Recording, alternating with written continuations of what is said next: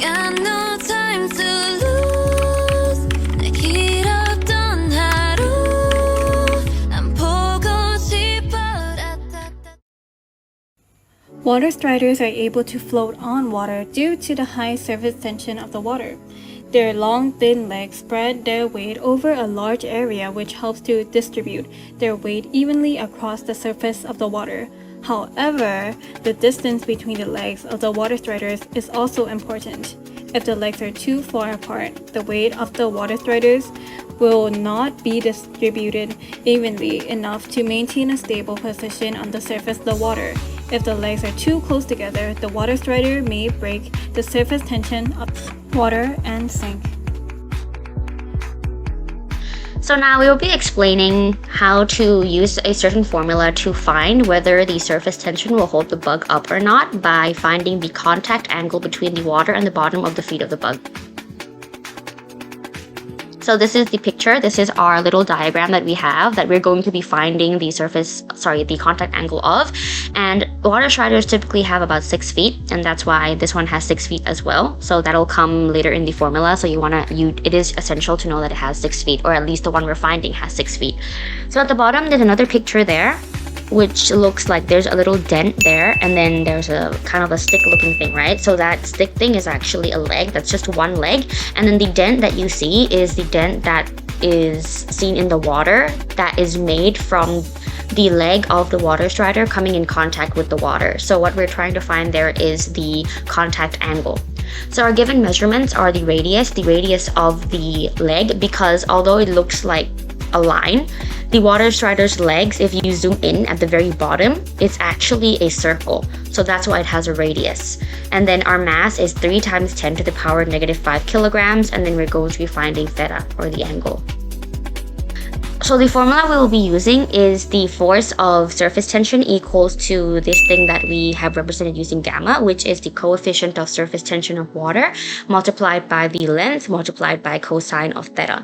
So the reason we use cosine and not sine is because only the vertical component of the tension holds the object up. The horizontal component does not. And the vertical component, we always use cosine. So that's why we're using cosine here.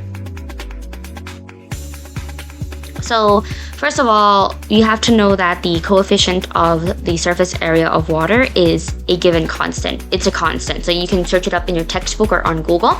The SI unit is newtons per meter, and at room temperature, or about 20 degrees Celsius, the number is 7.28 times 10 to the power negative 2 newtons per meter. So when we're trying to find surface area, or at least the length, or just dealing with surface tension in general, we will use the unit dynes instead of newtons per meter. So we'll be using dynes per centimeter instead of newtons per meter. That's why we have to change our units to dynes. So in order to change Newton per meter into dynes per centimeter, we have to multiply by 1,000. So we get 72.8 dynes per centimeter.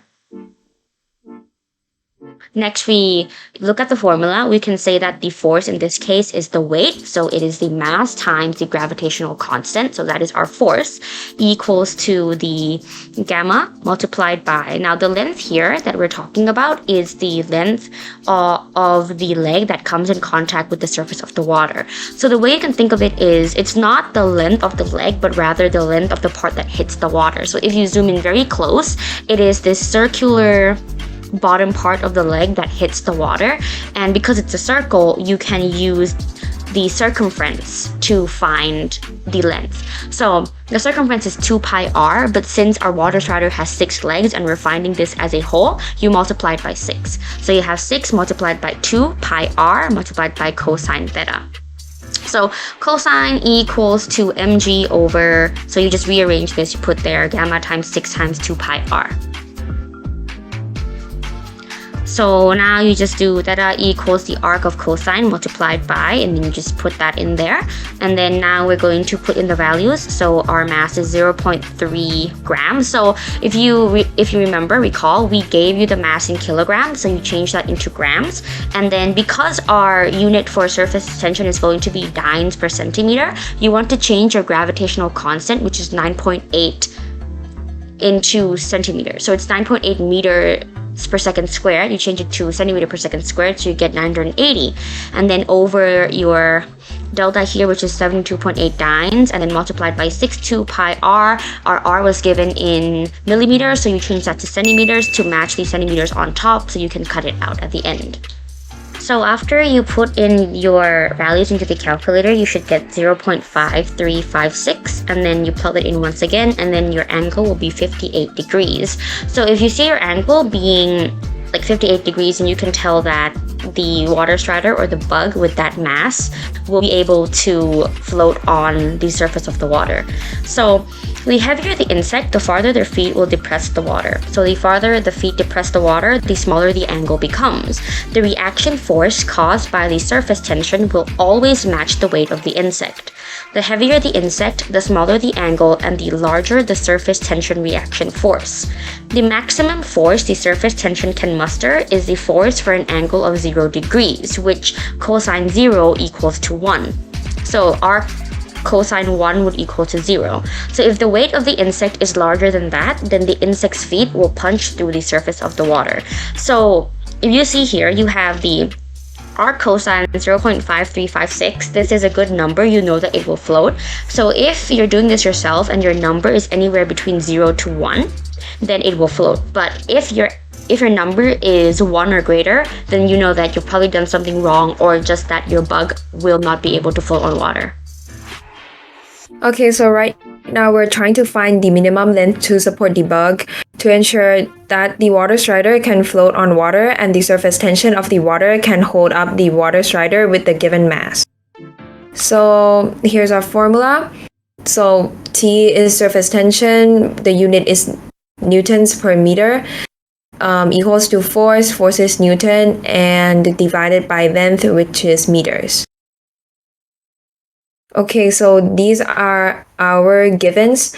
Mass is 10 mg. We gotta change to grams, so it's as shown. And next is the weight. We gotta multiply it with gravitational constant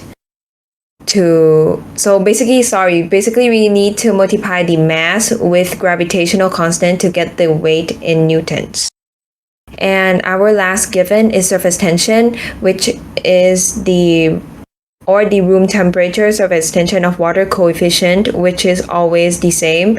It's 0.0728 newtons per meter. So we just get all our givens and put it in our formula, and we will get the length, which is 0.01346 meters.